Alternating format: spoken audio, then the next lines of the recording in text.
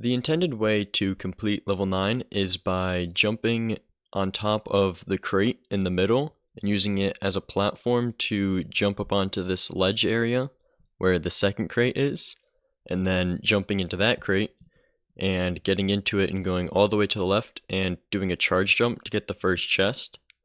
and then going back into the first crate and doing a charge jump into the other crate, and then going to the right and doing a charge jump to get the last chest. So this method is pretty slow, but there's one way you can easily save some time, which is entering the crate from the side when getting into the second crate on the top ledge. So by implementing this with the rest of the intended route, I would say the average time is about a 5.3, so I would suggest going for this only if you're really new to the game and you're just trying to get some runs in. So this next method, I like to call it 2chug9. So the reason for that is because at the beginning of the level, you need to push the middle crate to the right a little bit. So after doing this, you enter the crate and do one chug, and then during the second chug at any time, you do a mini pirate crate boost. And then you use the jump from this crate boost to get the first chest. Then after getting the first chest, all you need to do is jump from the ledge back into the crate and then go right and do a charge jump to get the last chest. The average time for this is about a 4.6.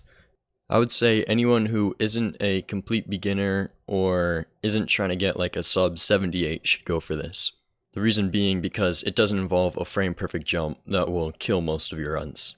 So the next method I'll be talking about is what I like to call 1chug9. And the reason is because instead of pushing the crate at the beginning to get a different crate lineup, you just instantly get into the chest, go left and do a crate boost, and then do a charge jump to get the first chest off the ground, much like 2chug9.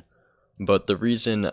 I don't suggest people go for this, even though it's about 0.4 seconds faster, is because when you jump from the ledge into the crate, it is a frame perfect jump, and this kills a lot of runs.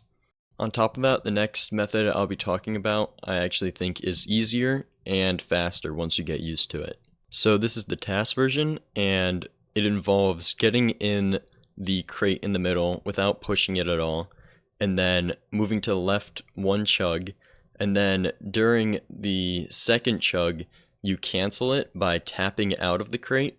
and then you run on the crate a little bit to the left and then jump off of the crate. So this has the benefit of staying in the crate for a long time, and also not having a frame perfect jump from the ledge back into the crate. And it also saves the time of doing the charge jump from the bottom area of this ledge to the top. You can just instantly jump from the crate to the ledge, and so it's a lot quicker.